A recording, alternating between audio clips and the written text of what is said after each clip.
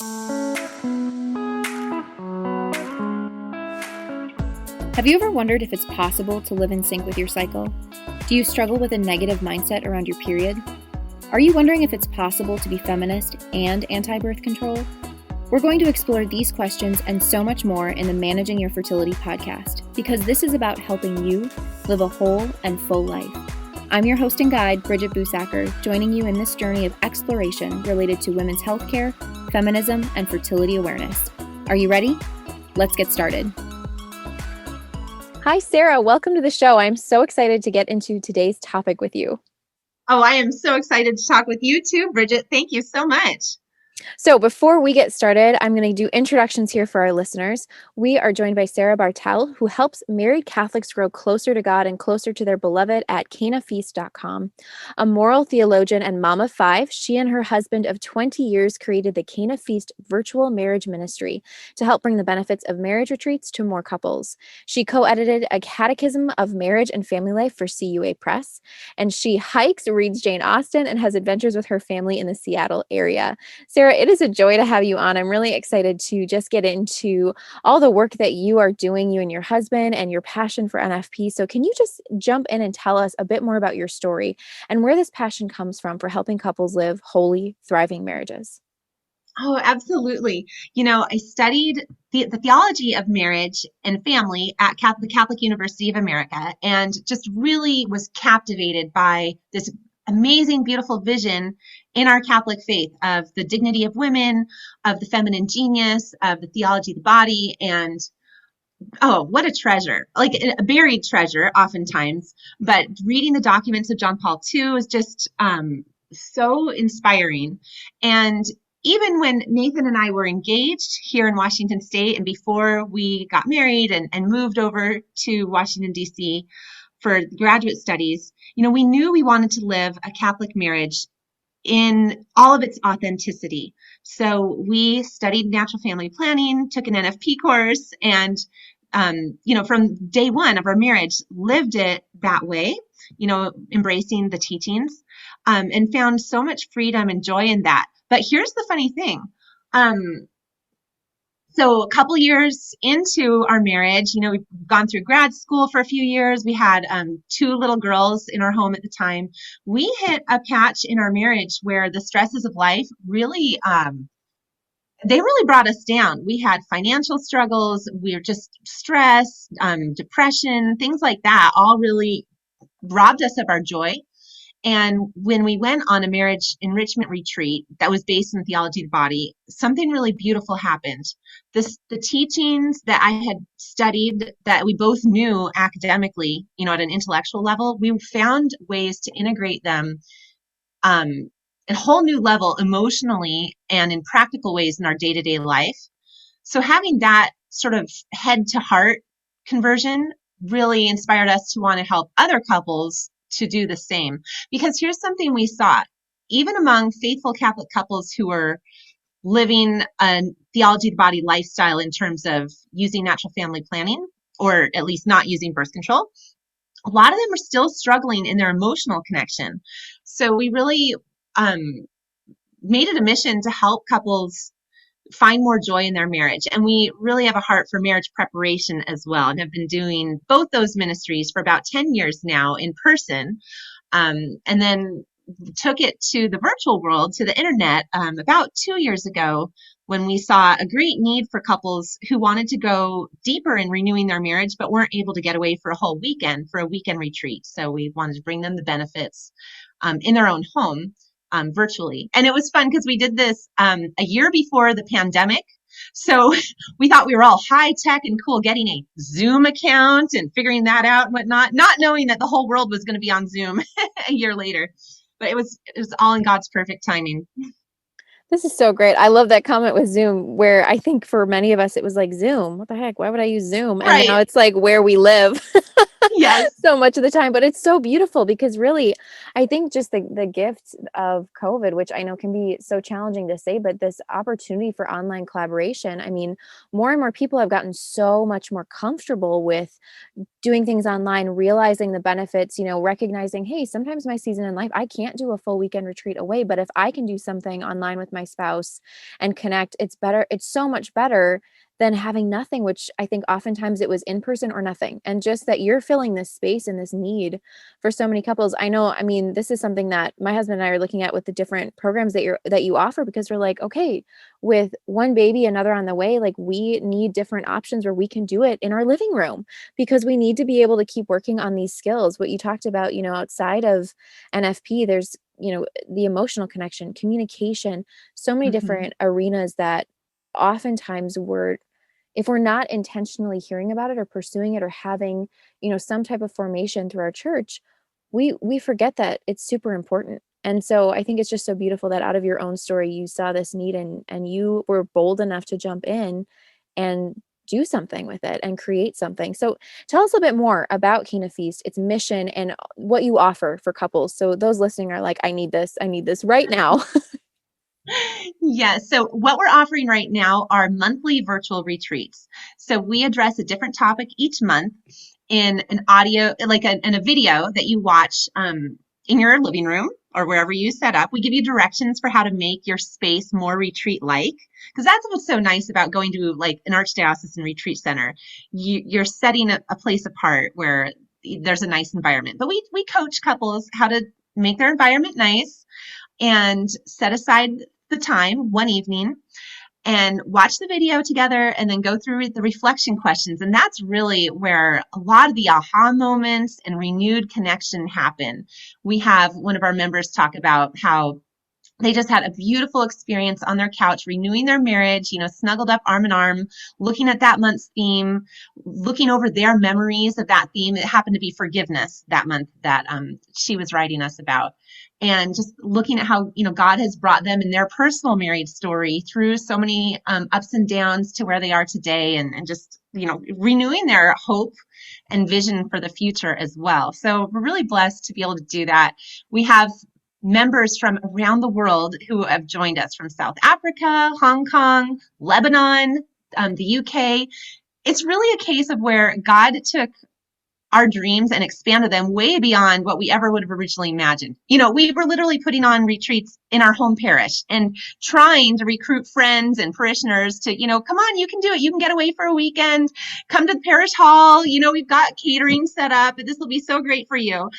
Even then, it's kind of hard to get people sometimes to be like, oh, I can block a weekend away from kids sports and, social functions and work and stuff like that. But people can usually carve out one evening a month. That's what we ask. Usually first Saturday of the month is what we encourage our couples to do. That ties into the Fatima message of First Saturdays. And really, we see this as part of the mission of rebuilding society as well. The future of society, the future of evangelization passes by way of the family, and the family is founded on marriage. So we really see this as like a flying buttress anchoring the cathedral of marriage, keep it solid as we progress through history and make it through these times.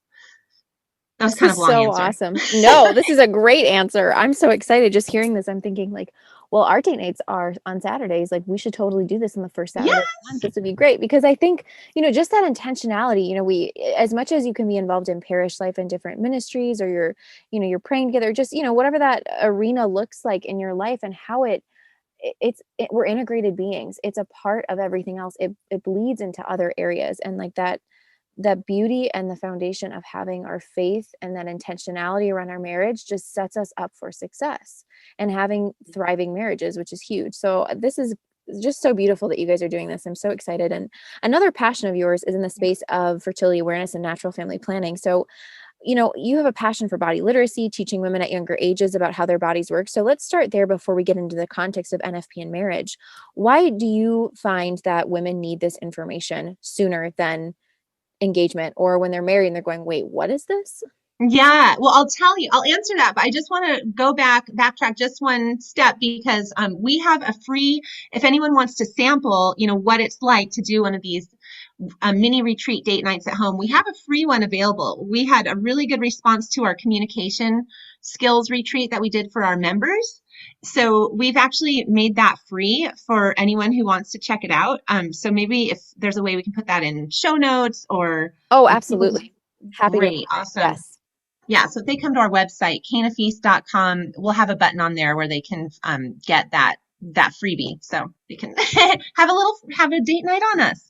But when we were doing marriage prep retreats and mentoring couples for marriage prep on our couch in our living room, we would always incorporate information about how managing your fertility with natural family planning respects the wedding vows. It respects all the aspects of the consent and the meaning of marriage and the sacrament of marriage. And this is something that, pharmaceutical companies aren't going to be, advertising about or whatnot. So we really feel a mission of like this information, it's really at a grassroots level that it gets out. And if not through your Catholic Church's marriage prep, like where, hopefully maybe listening to your podcast or whatnot. So we've always talked about NFP in our marriage prep. And for a lot of couples, maybe they'd heard a little bit about it, but they weren't sure. Maybe they had a sister or an aunt who was doing it or a friend, and they're like interested and excited to learn more.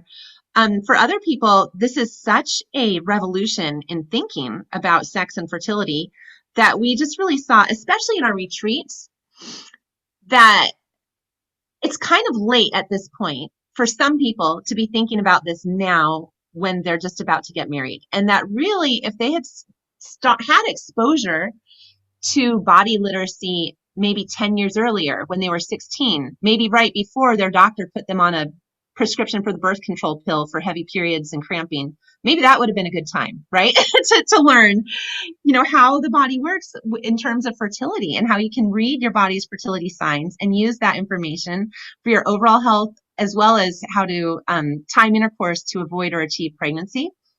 So that's why that's like a real burning mission for me now. And I have two teenage daughters.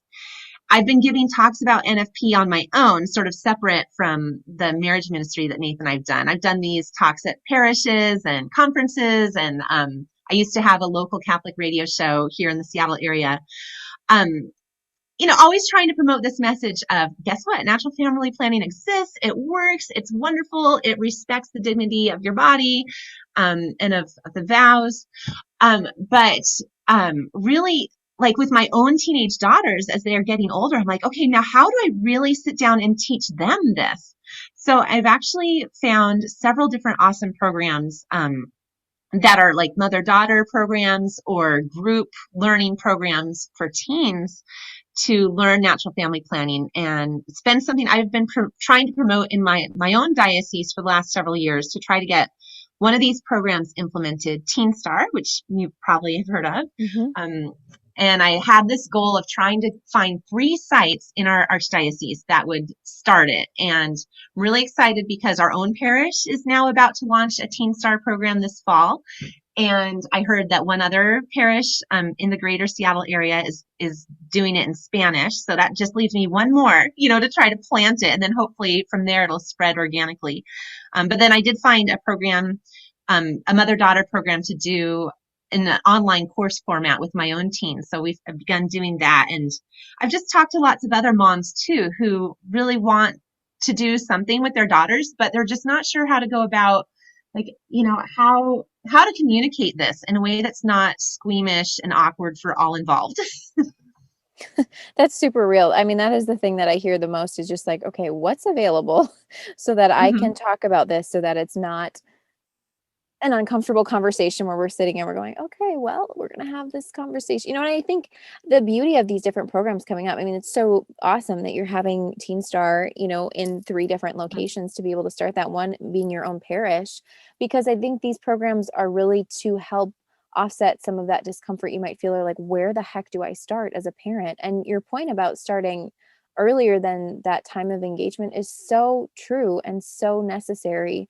It's not that if you're hearing about it for the first time, then you're too late, you can't do it. Of course not. Right. But it's that realization that, this needs to be starting sooner. Like when you get your period, you need to start understanding and getting comfortable with your body and asking those questions and figuring out, okay, does this seem like in the range of normal? Are there reproductive health concerns that I need to be bringing to my doctor? Like, where do I get treatment if I need something? I mean, this shouldn't be something that women are finding out in their 20s or 30s or 40s and thinking, oh, because I think there's that moment where it makes so much more sense. It's because it's almost like coming home, you're engaging with your own body, you're understanding how it works. And there's that sense, I think, of recognizing the beauty of yourself. I think so often with the nitpicking and the way in which I think the devil can really attack us as women, this is such a beautiful way to lean into our beauty and the way God made us as women and saying like, no, not today, Satan. Like I am beautifully made and wonderfully made. And when we have that power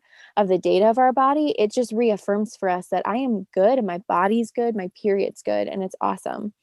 So I think that's go such ahead, an go ahead. important, just what you're saying, that recognizing how precious and beloved and beautiful we are as women, that's got to go hand in hand. I think you're absolutely right about that. It's not that there's something wrong with my body to the point that I need to medicate it to not do what it's naturally designed to do, for decades. Like that, there's just then such an opposite message. And then the thing I noticed too is over and over again, I hear when women do learn about body literacy and natural family planning and fertility awareness, a lot of times when it's like later in life that they learn it, they feel angry that Mhm. they did not learn sooner. That they're like, why didn't anyone tell me this sooner? I wish I would have known. I wish I would have known. Like, I have a friend in my parish who, she would have loved to have a big family, but she was put on the birth control pill in her teens for, heavy periods or something like that. And it damaged her fertility so that she's has one child, but she would have loved to have many more. And that's what she attributes to her low fertility now and her, the secondary infertility that she's experiencing. So I just really think, to serve women well, we do need to empower them with this sooner and really help bring about the cultural change through in the whole area of sexuality, marriage, family, chastity, purity, fighting pornography. All of that, I think, is really connected to just understanding and respecting how fertility works. Absolutely. And I think what's great in this conversation that we're having, we're really talking about this integration of our faith in natural family planning, in sex, in understanding, okay, in intimacy as a couple, what does this look like to have faith be a part of it?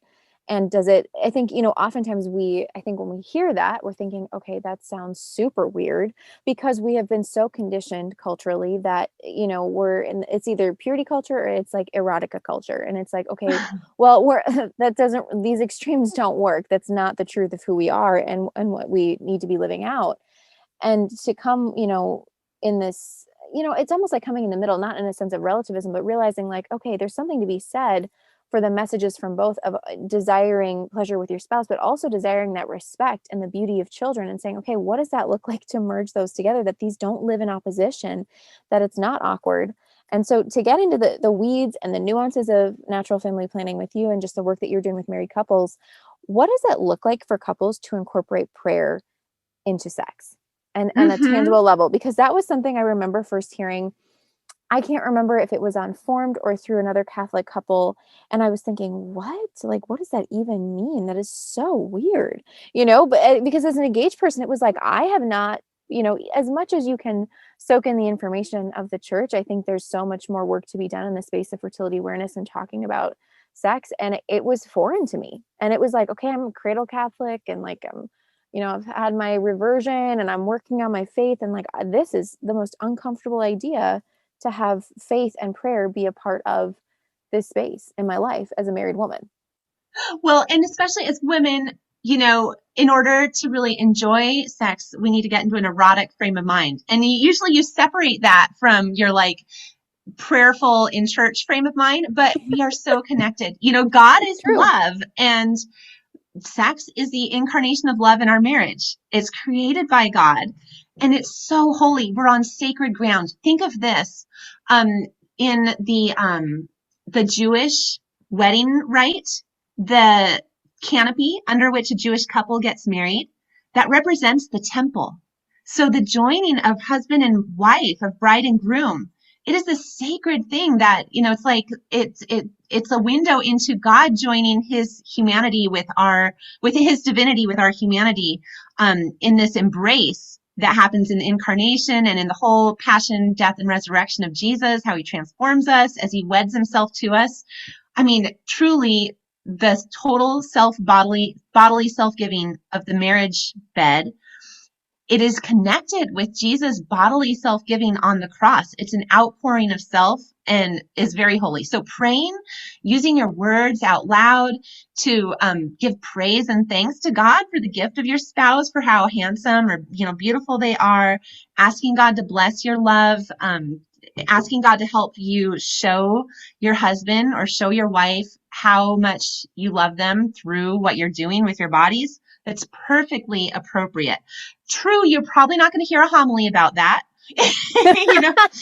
It's kind of, we still have like some boundaries about where we're going to give people formation in how to have a holy sex life. But praying before, during, and after is all very, very good. We heard about this in more detail going on this Living in Love Theology to Body Marriage Enrichment Retreat. That was so transformative for Nathan and I. But I had been studying, there's a French woman who is a philosopher and a sexologist, like a sex therapist.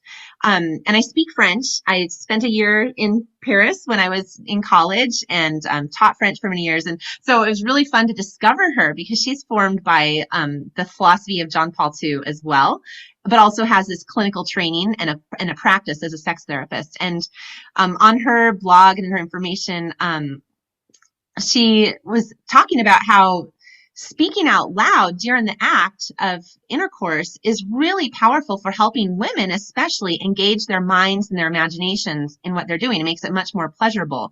So, and if we're speaking aloud the words of love, of reaffirming our marriage vows, of reaffirming, I give myself totally to you, and speaking words to God as well. Like, this is just brings it to a whole new level for the wives. So highly encouraged to just, and it is awkward to start something new. It's awkward to pray with your spouse, like, full stop, sometimes, for people who've never done that before. But then to do so during sex, it just takes a willingness to be open and to start and to try, because of your love for each other, because you're having this adventure of married life together.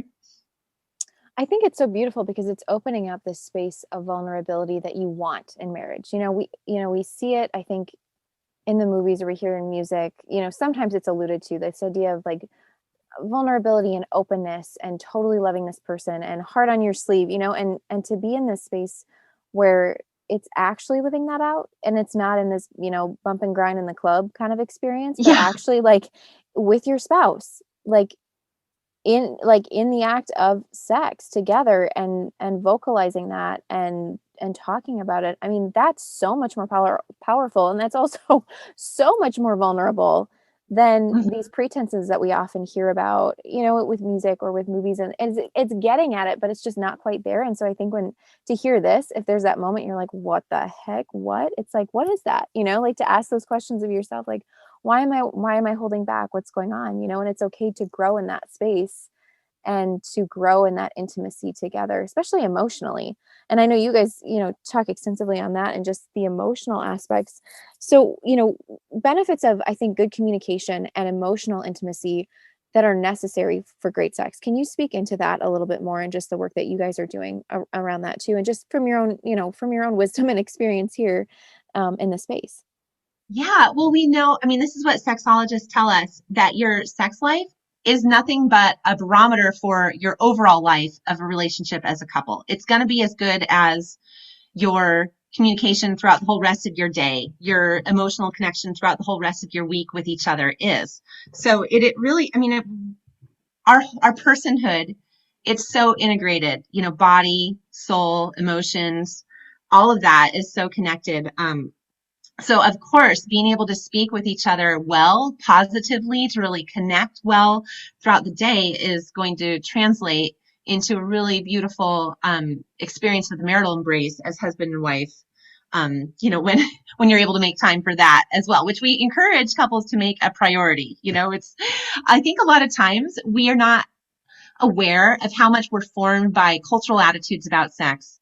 Even in the Catholic Church, we think, oh no, I'm Catholic and I know that sex is for marriage, and that's forming my vision of what it is. But a lot of times we're picking up attitudes that we don't even realize, like that sex is the dessert after you've done all the responsible things in life, right? Like after you've done the chores and paid the bills and taken care of all the kids and gotten them their third glass of water and cleaned the whole house up, then in all that time that's left over after that, that's time for you as a couple to make love. And it's such a revolution of focus and attitude to say, no, this is the priority. The whole reason we're doing all of this in our life together is because we belong to one another as husband and wife, as bride and groom, and tending our love, nurturing it with the marital embrace. I mean, that can come before tidying the entire house, or the third glass of water for kids, setting boundaries on all the other things so that you're making this a priority. It really is part of reclaiming a true, authentic Catholic version of the importance of the marital embrace in marriage. Okay, you're blowing my mind here because you're totally right. And the mindset around sex being like the dessert or the thing that you do after you're responsible. Yeah, I mean, that is so real. That is that's a mindset that I think I've, personally struggled with, where it's like, okay, where does this fit in? Well, we have to do all these other things. And you're right that it's not supposed to be the thing at the end of the day that maybe you'll get around to. And it's to be reclaimed, like you said, and just acknowledging and recognizing that this is so powerful. This is a powerful part of your marriage, and that it's so intrinsic to your vows and just living out the free, total, faithful, fruitful reality of your marriage. I mean, that's just like a truth bomb right there. If everybody, just hears that, like, that's it. Yeah, well, and it's a renewal of your wedding vows. Each time you make love as husband and wife, you're saying, I do. I give myself to you. I love you. I choose you exclusively. Like, those are powerful statements. And we say them with our body. Sex is it's the body language of the marriage vows. So we're renewing our marital covenant. And in the church's documents, she says specifically in the Vatican II document, Gaudium et Spes, one of my favorite Vatican II documents, that these are noble actions that husband and wife engage in, and that they can be means of fruitfulness and even growth in holiness. So, really important to make a part. Like, look at what we do when we commune with God, when we become one with God in Holy Communion. Is that a thing we're just supposed to do really infrequently, every now and then, like as a last priority? Or is that physical union with God in the Eucharist something, if we can, we should do as much as possible, like maybe even like daily mass? So I think that helps to see that parallel, that just loving union is a really good thing to prioritize in our life. That's a really beautiful pairing. And just to expand upon that and have that connection again, it's like, okay, let's understand greater context of where this fits in. Related to that, on a practical level, I think the challenge, if you're in that space where you're saying, okay, well, we're abstaining right now because we feel like this is what we're called to do. I can imagine hearing that, I'm imagining myself, in those spaces where it's like, I just want to be able to be close with you, but we're discerning this, that we think, it makes sense for us to abstain right now. How do you navigate that on like a practical level, or just like ways to like reframe it so that it's not out of frustration or like, oh, this is happening to me? Because it's like, well, I'm obviously choosing this. I could also just choose to say, you know what, come Holy Spirit, we're going to be open to the gift of life. And we're going to, just all those different questions that come in for discernment. I know there's not one perfect answer, but just a framework to think about. Yeah. Well, it can be a real challenge. And it's really good to know, like, just to have that basic understanding of like I see you probably see this too in Facebook forums for NFP or whatnot, especially for Catholic couples. Sometimes people are like, oh, this is so hard. We just want to switch to birth control because, I have to abstain forever and in postpartum, or I have a serious health issue where and it's going to be really dangerous if I get pregnant again. And my husband is just saying, let's just, let me just get my tubes my a vasectomy or whatnot. And there can be that temptation, like it'll be easier if we just switch to a birth control method or sterilization. But what we know from couples who have left that type of life, sterilization or birth control, to embrace fertility awareness and natural family planning, they find a whole new level of intimacy, connection, authenticity, and that even when it's the cross and when it's hard and you have to abstain, you can be united in that. You can find other ways of showing affection.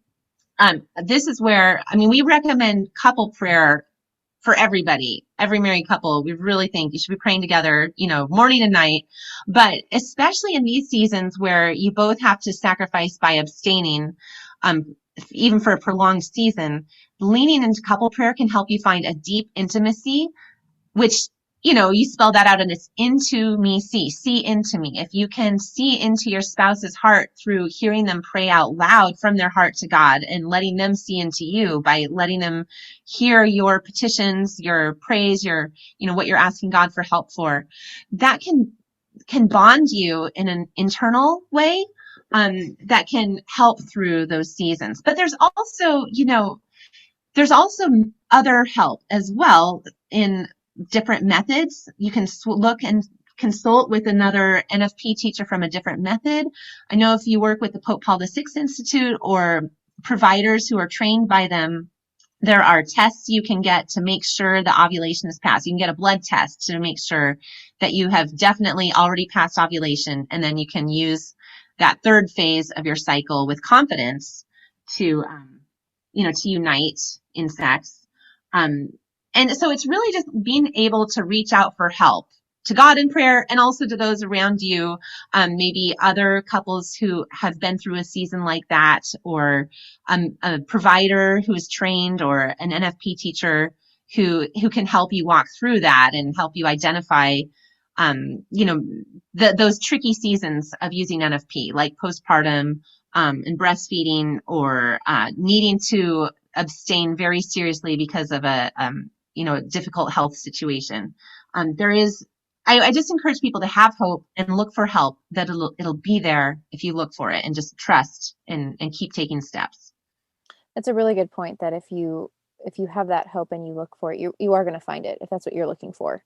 Because I think, Mm-hmm. if you're thinking like, oh, I'm not going to find it, it's like, well, no, you probably aren't then, because you're not in this disposition to receive what you're looking for and what you might need and what God is trying to provide you too. And I think that point of that prayer together, the intimacy in prayer, and then to have that accountability with other friends, or that, just that opportunity, whether it's practitioner or another couple, just to be able to share in that space again of vulnerability, to say, hey, we're really struggling in this, because that's where, I think some of the greatest fruits can come from, and sharing so honestly, and having a couple who we say like, oh yeah, us too, like, or we've been through that and this is what we did, and just knowing that there's that support, that it's not just you, there's something isn't broken, you're not alone. Because I think that Mm-hmm. that isolation that the devil wants to bring us into is so easy in this space of sex. I remember having a mentor during my engagement. I mean, it was like not quite spiritual direction, but she was just walking with me in the space of engagement. And she said, the devil will do everything he can to bring you together sexually before you're married, and he will do everything he can to pull you apart after Right. you're married. And I remember thinking like, what? And I was like, okay, well, I really am struggling with like trying not to make out and like being chaste. Okay. And then in marriage, there was something that it was like, I do desire you, but at the same time, there are things going on and stuff to do. And I felt that. And I remember that phrase has always struck me, and just keeps hitting me, where it's like, whoa, oh my gosh, yeah, the devil is going to do everything he can to keep me from my spouse, and just keep me from any type of intimacy. Even if you're in that hard season where abstaining is, the name of the game at the time, it's like, okay, but that doesn't mean I have to give up on prayer, or pursuing my spouse, or having him pursue me, and what that looks like. Because it's not, sex is such a gift, and not to undermine that, but there are so many ways in which we can love and really seek each other in these spaces and in these hard seasons. And to be able to share with each other the difficulty of it, to like openly say, oh, this is hard for me. I really wish, we could come together, but I love you. And, finding ways to be affectionate, to share other activities with each other, just to be in solidarity, Yeah. instead of turning away from each other, instead of getting bitter and resentful, blaming. Like those are all, no matter what the difficulty in marriage is, those are all temptations that the devil is going to want to stir up in us, to turn away instead of turning together. But yeah, just being able to embrace that cross together. And like, I think hearing about that, helps remind those of us who are not in a hard season, not to take each other for granted in our marriage. That maybe your Mhm. sock drawer can wait to be organized. Maybe that can wait for another night, right? You're speaking right to me, Sarah. Come on now. I mean, just hypothetically here, No, right? it's true. It's totally true. I mean, there are those things that you get fixated on or those projects or whatever it might be. And it doesn't even mean just in the sake this for the sake of, sex. It's like even just to say, I want to spend time with you. I'm gonna Yeah. rest with you. I'm gonna play with you. Like let's, I'm not just doing the quintessential like let's play a board game because we can't have sex, but like truly like play it, whatever that looks like. Like let's jam to music together. Let's dance. Like let's actually like Mhm. do an activity where it's the two of us like resting and enjoying each other together. I mean, And not both looking at screens in the same room, but not actually connecting. Like, I think that's one of the biggest difficulties in marriage today is that there's so many screen distractions. I mean, we feel it in our own marriage too. It's an online ministry, so we do stuff online a lot, but we have to remind ourselves to suck our eyeballs away from the screen and apply them to each other so that we can really connect. it's so true because even if you're doing like the movie nights and the shows, it's like you have to have that level of awareness to say like, okay, there needs to be some structure around this because otherwise you can just get into that rut so much more easily. My husband did Exodus 90 for this past Nice. season and leading up to Easter, and it was a game changer for us. I was Wow. really nervous because I was like, oh my gosh, everything's getting stripped away. We're not gonna be able to watch shows. Like it's COVID, and that was kind of the fun thing we would do in the evening. But it was starting to take away from having a good morning routine, having time together, making sure we were, praying together as a family. And through that experience, we had like our once a week movie night that the in a part of my husband's group, they said, okay, the wives get to pick the one thing that you get to, take away from the fast, like Saturday evening going into the Sabbath. And I was like, oh, I love Oh, a movie night, but it became so much more special because we would like make popcorn and set it out and we would pick one thing to watch. And it was like something so enjoyable. And it made us both realize like, oh my gosh, we have to be intentional with screen time. And even just like with phone use, it's like, okay, phones are off the table. They're away when we're eating meals, or just in the evening. yeah. Like we have to keep coming back to it. It's not like it's perfect because there are times in the evening where it's like we're looking at our phones and we're like, uh-oh, we're doing it again. And just how it's such a good reminder that you bring up, how that is not time together. Sitting next to each other and both being on Instagram or showing each other funny videos, hey, I mean, that can be fun to do. My husband and I do that with memes, but there's a set amount of time. That's not really quality time together where we're really investing in each other and asking each other those deeper questions. hmm Yeah, what Nathan loves to do is sit on our back porch and just look at the sky and drink a glass of wine and call me out to sit there with him. And you know what? I'm like, I have so much to do. There are so, the kids are in bed, the house is quiet. I could really get stuff done now. And you're asking me to sit still next to you. So it's really a discipline, which of course is so fruitful. And once I do just sit and park myself in a chair on the deck, I'm like, oh, this is so nice. And like you say, resting together, finding true leisure, like Joseph Pieper says in his book, Leisure, the Basis of Culture. Like this is where real nourishment and rest for our minds and our whole person happens. But it's really beautiful. And in other marriages, maybe it's the husband who doesn't want to sit still and the wife who just wants to sit and rest and, or take a walk together. But there are, yeah, beautiful ways like that you can have an authentic moment of connection. It's really fruitful and beautiful. What would you say with NFP, how it helps marriages, related to this? Because I think, we're talking about the challenges of abstaining in hard seasons. And I think sometimes it's easy to think whether you're in a season or you've been in it and you're thinking, okay, how is this supposed to help me? How is this supposed to help my marriage? Because, that temptation of thinking, you know what, a condom would be a lot easier, or just like finding some type of barrier method, like that just sounds easier than having to navigate, this reality of discernment and inviting God in. But, what would you say what would you say helps marriages with through the use of NFP and through the practice of NFP? Well, I have two parts to the answer. And one part is just what we hear from couples who have given up birth control or reverse sterilizations to embrace NFP. And they say themselves that their sex life is so much more meaningful, more pleasurable.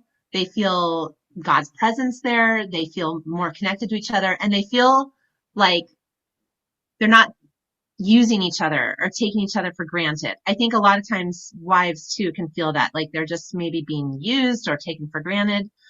So that is, just reporting what we hear others say. I know that when Nathan took the NFP class with me, we took a symptothermal class when we were engaged, and like I was excited to see the charts that show the dance of the different hormones, how the estrogen and progesterone, their different sine curves on the graph. It was cool.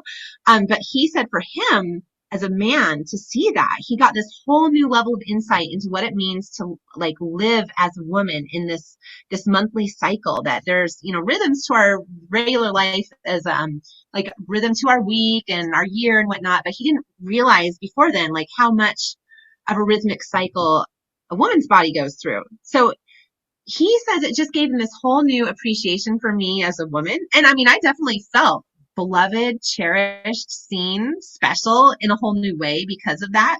So we've had that from the beginning, and I'm grateful for it.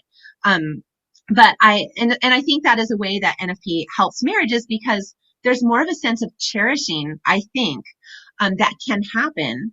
Doesn't necessarily automatically happen, because we also know of a lot of couples where they're using NFP to follow church teaching because they want to do the right thing, and they're fighting all the time. They're yelling at each other because their emotional connection is not happening. So it's not like a magic bullet to automatically make your marriage amazing. It has to go with the good communication skills, the positive emotional connection, all of that, right? But it's one less thing that I think could hinder you. Like literally, it's one barrier you're taking away. Like you don't have that barrier of medicating the wife so that now she has more headaches, lower libido, blood clots, like all these side effects, anxiety. Just there's a lot. Women just tend to feel gross when they're on the pill. And so, I mean, that's got to improve your marriage to have the wife feeling better because she doesn't have to deal with that, so she can be more present and happy. And I would think that for a husband, he would want that for his beloved bride. Like he would want her to feel good and healthy and not have to feel gross and, more depressed and lower libido just so that he doesn't have to abstain for a week out of the month or whatever it is, right? So that's the other part of my answer, is that it's better for women's bodies, and just better so that you can have more bandwidth to connect with each other well in marriage. I mean, and then on the theological and spiritual level, we know we're whole persons, connect, body, mind, soul. We're opening ourselves to God, the creator of love. So he's going to have a freer hand to stir up the graces of your marriage if you don't have that barrier in place. So that's just my theologian perspective there. I like that, having the ability to allow God in to stir up the graces and speak and work in your marriage instead of trying to control every little aspect. And I wonder how often women realize that birth control impacts libido.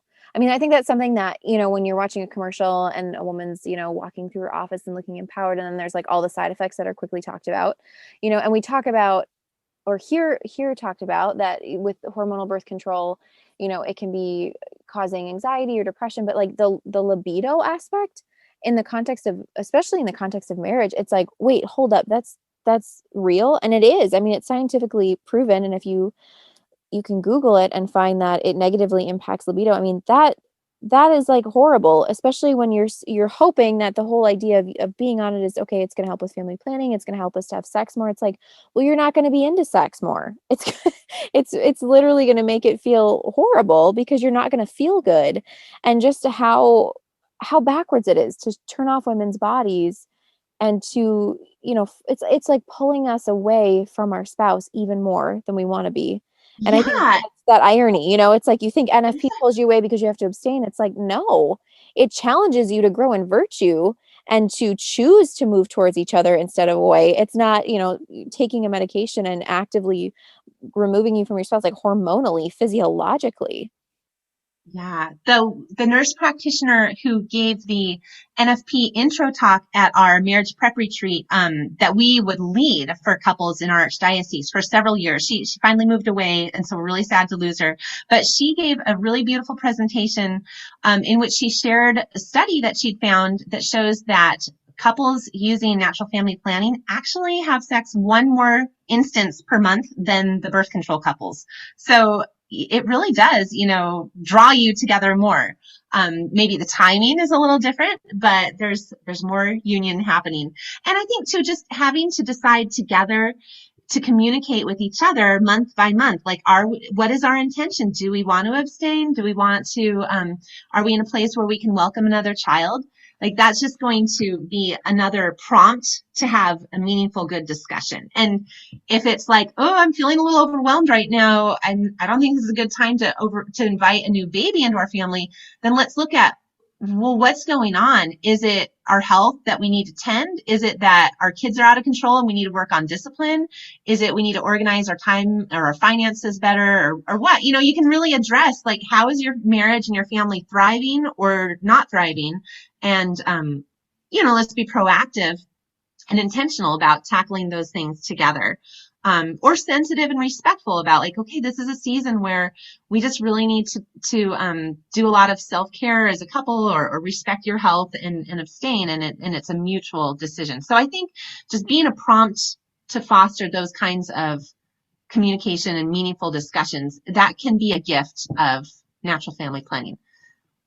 Well, and it really sounds like too, I mean, it's challenging deeper questions that are Mm-hmm. are helpful. Like what you were saying, it's like, okay, I don't really know that with the stress of life, I can handle another baby. It's like, okay, well, let's go deeper. What stressors are going on right now?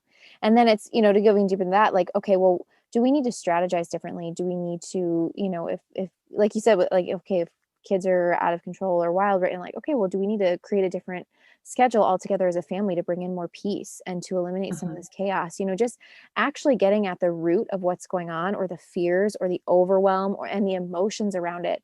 Because I think, it's a lot easier to be on hormonal contraception, especially, and just say, okay, this is not part of our year plan, or like this year we're not going to have a baby. And you don't get into the weeds every month and saying, okay, what's really going on? How are we doing that emotional check-in that is so valuable and so helpful to really just uncover and see like what's actually holding me back, or why am I saying no, and does it still make sense, and are we mutually agreeing on this as a couple? And it just really, again, challenging that union of the marriage and coming together and leaning into each other and turning towards each other to get at some of the heart of those spaces that, they are uncomfortable maybe to uncover, to say and be honest, like, I'm actually just really scared to have another baby, or I don't know if I'm going to be good at this, or, whatever it might be.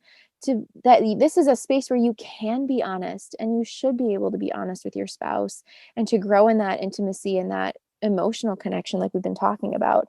I think is just so beautiful, and and it can be intimidating, but it's something that we can grow into as couples and as spouses.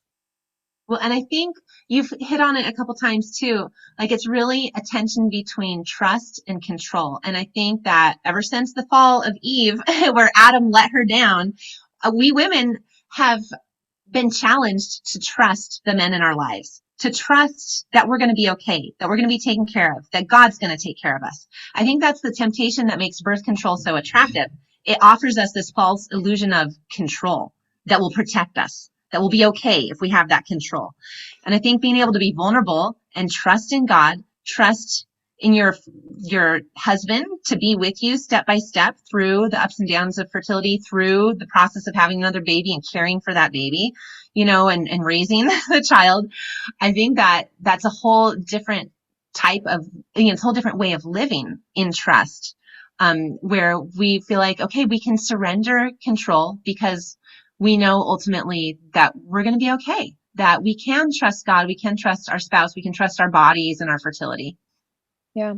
For someone who's listening and hearing this and thinking like, wow, I really need to work on trust in my marriage, or I'm struggling and feeling like my spouse doesn't respect me or isn't really on just the nuances with NFP where maybe they're listening and thinking, I wish I had a spouse that was open to this, or wow, I'm realizing like we have some serious issues to work through. What would you recommend as next steps? So not feeling this despair and listening to this, but knowing like there's hope. Yeah, well, anyone's welcome to reach out to us. We're on social media at Cana Feast, on Instagram. Or also, speak to you could look for a counselor. There are wonderful Catholic counselors or just regular marriage counselors as well. Friends, and really turning to each other in prayer and openness and dialogue, I think is really key. And we have a resource available for couples if they want some help and examples and even a little short script for like a 60-second couple prayer. That's on our website at canafeast.com. But really just being willing to grow with each other, to share those concerns with each other and be able to work through them. If you find that you have a spouse who's just not responsive, they're not going to be open to birth control, even if you say, this is important to me, that's a sign there's some deeper problem in the marriage, that you may need some marriage counseling to work through. Usually in a respectful mutual marriage, if one spouse says, this is important to me, will you please consider this? A healthy response, a respectful response is, okay, I will consider this with you. I'll look at it. I'll think about it. And it might take time. It may even take a couple of years, but there's that willingness to move. But if you find this just walls are up, there's going to be no movement, no consideration, that's a sign that there's more help that's needed, by a professional to help that marriage really thrive.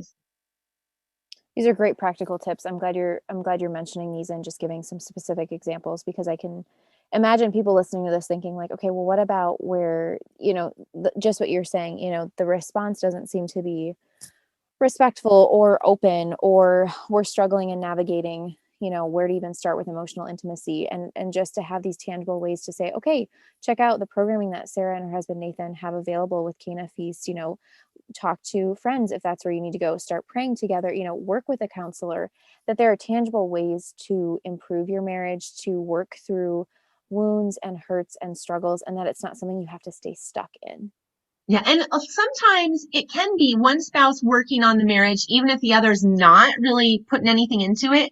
You can't, it's like a dance, and you can change the steps and the tempo and the rhythm and the whole tone of the dance if you're working on it yourself. If you are like, well, am I doing anything each day to make my husband know that I'm thinking of them and that they're special to me? Like, what am I practically doing to show them that? Maybe I should put more of that into their day. Maybe I should learn their love language and use it on a daily basis. Or for my wife, maybe, what is that thing she's always been wanting me to do with her for fun? Maybe it's time to do that. You can do something unilaterally, like as a first step to try to improve your marriage, and that will help everything in the marriage, including the discussions about fertility and sex and intimacy. And you can read books on marriage enrichment as well. And there's a lot of great Catholic books out there. But it does take some discernment to find out, like, okay, is this a self-help issue, or is this a get a professional issue? Yeah, which is a great distinction. Okay, final question for you. I know we're taking a while here in this topic, but it's so good and it's so great to talk with you. So much wisdom here. What is a book that you would recommend that is one of your favorites for marriage enrichment, that you would recommend if a couple's thinking, okay, that's what we want to do next. That's what we want to read, or that's a space that we want to go to. Is there one that you're just like, this is so great as a starting point? Because I know, like you said, there are so many that are just fantastic. Well, just with the theme of what we've been talking about, the book Holy Sex by Gregory Popchak is really wonderful. I bet that this book has come up on your podcast before, but I'm just going to be but it's great. It's that affirmation, like, this is a good one. Go buy it. It really is. It is a great one. That's for sure. From the theological world, if people aren't afraid of church documents, you can just go online for free and look at Familiaris Consortio. That one's just a really great, great document on marriage and family by John Paul II. I love it. I think it is pretty accessible to the average reader. And it's just heart-stirringly beautiful as well. So I'm going to recommend that 1982 document, Familiaris Consortio by John Paul II.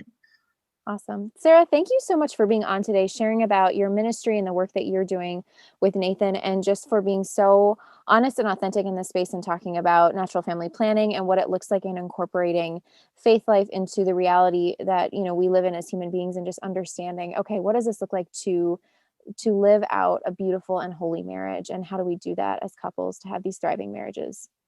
Oh, you're so welcome. It's been a joy to talk about this with you. And I'll say a prayer. I'll offer a Hail Mary for anyone listening to this and their marriages or future marriages. And I do just want to remind everyone that we do have that guide to couple prayer and other free resources on our website at canafeast.com. Yes, and we will be sure to link to everything that Sarah and I have talked about, especially Cana Feast, and just the different programs and the different options that they have available, so that you can get your feet wet and start doing something like this. I know I'm going to be telling my husband just after this, okay, first Saturday of the month, I know what I want to do. Let's Awesome. do it. So thank you so much. It has been a joy to be with you today. Oh, thank you. God bless you. You're welcome. Thank you so much for listening. Please subscribe, share with your friends, and help expand the conversation around women's health. If you'd like to learn more about fertility awareness, visit www.managingyourfertility.com for more information, resources, guides, and so much more.